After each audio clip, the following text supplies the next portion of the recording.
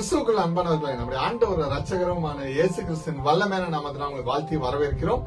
இன்ற வேத தியான பகுதி வாசிக்க தெரிந்து கொள்ளப்பட்ட வேத வசனம் சங்கீதம் 35 வசனங்கள் 13. அவர்கள் வியாதியாய் இருந்த போது இருட்டு என் உடுப்பாய் இருந்தது.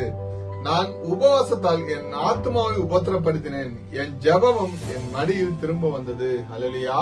கிறிஸ்துவுக்குள் பிரியமானவர்கள், தாவீது தமக்கு தீமை செய்தவர்களுக்கும் சத்ருகளாக மாறியவர்களுக்கும் அவர்கள் நோயுற்றிருந்த காலத்தில் காட்டிய அன்பையும் துக்கத்தையும் அவர்களுக்காக உபவாசம் இருந்து ஜெபித்ததையும் இவ்வசனம் நமக்கு விவரிக்கின்றது.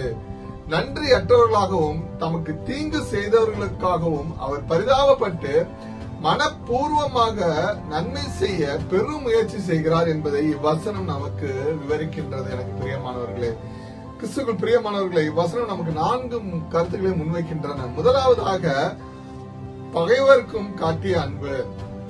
தாவீதுக்கு தீங்கு செய்ய நினைப்பவர்கள் முன்பு அவருக்கு நண்பர்களாகவோ அல்லது தெரிந்தவர்களாகவோ இருந்தனர்.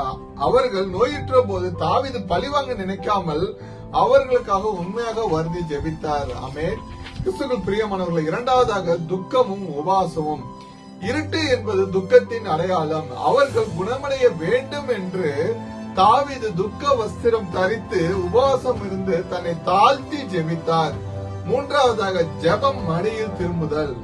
இதன் பொருள், தாவீது செய்த ஜெபத்திற்கு அவர்கள் தகுதியற்றவர்களாக இருந்ததால் அந்த ஜெபத்தின் பலன் அல்லது ஆசீர்வாதம் தாவீதுக்கே திரும்ப கிடைத்தது என்பதாகும். கடவுள் அந்த ஜெபத்தை வீணாக்காமல் ஜெபித்த தாவீதுக்கு நன்மையை கட்டளையிட்டார். ஆமென். கிறிஸ்துவுக்குள் பிரியமானவர்களே, நான்காவதாக, சூழல்.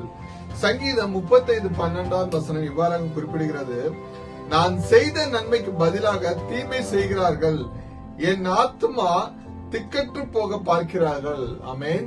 கிறிஸ்துவுக்குள் பிரியமானவர்களே, தாவீது தான் செய்த நன்மைக்கு தீமை சந்தித்த போது தனது நேர்மையையும் இரக்கத்தையும் வெளிப்படுத்த இந்த உதாரணத்தை கூறுகிறார். ஆமென்.